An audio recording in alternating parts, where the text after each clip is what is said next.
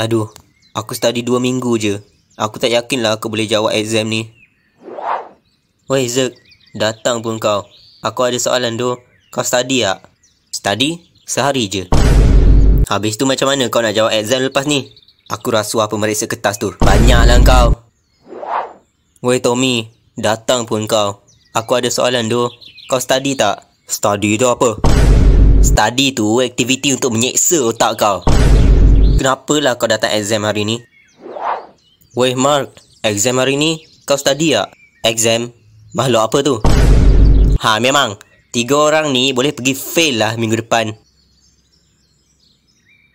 Wah, walaupun aku study 2 minggu je, aku tetap dapat A-. Memang memuaskan lah. Kau pakai apa ni? Oh, jadi sekolah cakap aku pandai sangat sebab aku dapat 10 A. So, diorang suruh aku graduasi terus. Kau ni betul-betul ke rasuah diorang? Yang kau ni kenapa pakai baju saintis? Kau kerja dekat NASA ke? Lebih kurang lah.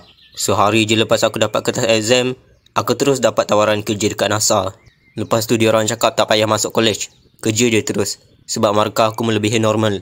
Berapa markah kau? 101.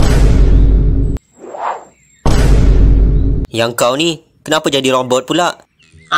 Sebab Elon Musk kata aku terlalu pandai. Jadi ni rumah aku jadi robot sebagai hadiah.